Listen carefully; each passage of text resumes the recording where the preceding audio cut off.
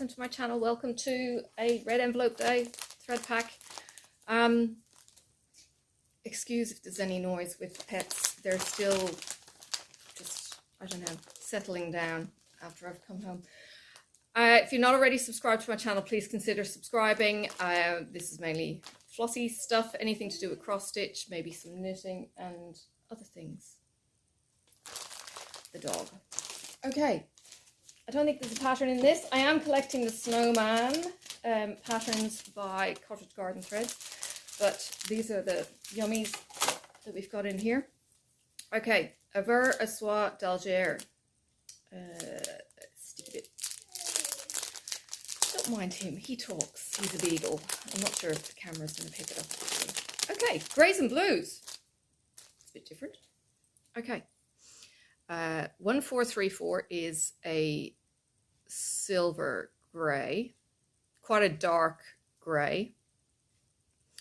1435 is another dark kind of steely grey, more bluey in tone.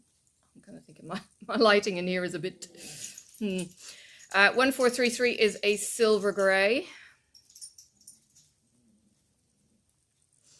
1426 is a dark blue, and 1423 is like a denim blue, give or take. Now, if you use the app that I use, ThreadStash, if you haven't already got hold of it on any of your devices, because it is a multi-platform database, get a hold of ThreadStash. These are already uploaded in there, so you actually get to see what the names of them are as well. And ThreadStash is a fantastic app. You can look at it on your computer, you can look at it on your phone. You can create your project lists, you can create shopping lists. It's fantastic. And no, it's not paid subscription or anything. You pay for it for premium. Sorry, I don't get any payment for it because I just love it. Anyway. Classic Colorworks. Look at these. Okay, we're into the peas. All right.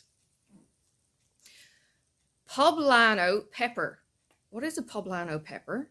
Answers on a postcard, please. It's CCT 069. It's a green.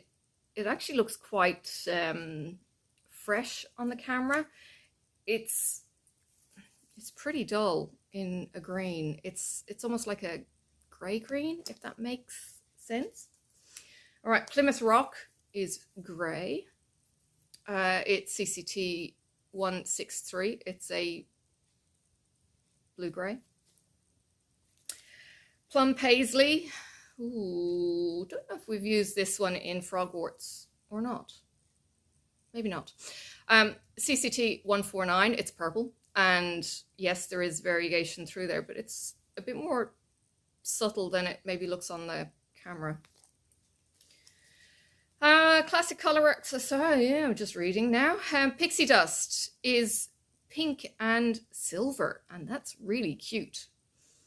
There's a little bit of purple there too, a tiny hint of purple. So if you've got, you know, girls who like pink and purple, this is a color for you. CCT 112. Some of these go into the order of the CCT numbers and some go in the names. It's a bit misleading. Anyway, Pink Posy is pink, and that is a very subtle color shift in that. And finally, Pink Champagne is CCT 056, and that is pink, and there is a variegation in there as well. All right, that's Classic Colorworks. They're really pretty. Now, if you've never worked with a variegated floss before, if it's a strong variegation, cut it in the middle of your color. And if it's not so strong, just go wherever. And depending on whether you do the European method or the Danish method, which is, you know, full crosses or out and back, and whether or not you top and tail your heavy colors, all of that kind of thing can change all your variations in the colors. So experiment, do a swatch, 10 by 10s kind of thing. All right, Gentle Arts have two collections. They've got the beige and they've got the dark brown. Both are different kind of eras and genres. Okay, so these are the 7000s. So Straw Bonnet is a peach. I'm kind of over peachy, beigey kind of colors. I live in them, and my office is one as well, and it's just like, oh, I just want some color. Anyway, Straw Bonnet is 7002, which is kind of like a Tasmanian postcode. Anyway, Sunflower is 7071. Look at that orange. It's just like kapow. Yeah, that's really rich. All right, Sugar Plum. We're up to the S's. We're nearly finished this collection. The rest of my stash is back at the house, but anyway, Sugar Plum is purple. It's 0870. That's a really nice, it's got a really subtle shift in there. Okay, Storm Clouds. I haven't got this before either. Storm Clouds is green, and it's got an awesome variegation. Do you see the dark there and the light? That's awesome. Storm Clouds is 0981. That's really cool, but green. Not really storm clouds, but anyway. Unless you've got weird clouds over in the States. Spring Grass, 0180. It's bright green. It's a kind of limey green. Now, you know what? I went over to Ireland back in, I don't know, one of the flights anyway. It was probably going into the summer, no, the winter time. And I was looking at the fields going, holy cow, that's green. Because coming from Tasmania, it was, you know, a sand bowl, and it was brown grass in a lot of cases because the opposite seasons, and we were probably in a drought. But going over to Ireland, it was like rich green, and it was just like, wow. So spring grass, it may be true to its color. Look at Rachel Ray's photos if you want to see the green grass. She's been posting some photos of Killarney. Anyway, something blue is not blue. Say what? 0292 is a beigey grey. Something blue. Please explain. That's just okay. Nothing like the color. All right, that's the classic Colorworks. That's really, really weird. What I'm thinking of is the, you know, the something borrowed, something blue, something something old, something new, something borrowed, something blue. And then, of course, it makes me think of Doctor Who. But anyway, because Pond, Amelia, remembered the Doctor at her wedding because of the something old, something new. Because she remembered the TARDIS. Don't mind me. Okay, Marmalade. 2225A. This is Weeks Dye Works, and it's orange. Now, how do you like your marmalade? I like mine with fine cut rind. Dad used to make it with thick cut. Didn't like that. Don't like the thick rind. Anyway, Marigold. This is fantastic. This is like way true to color, like the brown of the marigold in the center of the petals, or the outside, or whichever it is, and the fresh orangey yellow on the outside. That's so true to color. That's awesome. 2225. Okay, Mallard, which is a duck, quack. 1281, and look at the colors. It's a muddy kind of green, and it's a tealy kind of green. Not necessarily mallard colors themselves, but you know, not bad. Malachite. Now, malachite's a rock, isn't it? I need to watch Dan Hurd. 2144 malachite, and look at that green. That's just incredible. I'm sure he's shown it, and yes, it might actually be that incredible green. Madison Rose 2284, and look at this. It's gorgeous. It is variegated. There is a really subtle shift from the dark to light in there, but it's a beautiful pink. Okay, Madras, which is a curry. If it's anything else, I don't know, because this is purple and green, 2126. But look at it. All of those colors, or both of those colors, in one strand. So this is the kind of thing that I'm saying, you know, cut in the middle of the purple or green or whatever when you go to actually cut your lengths.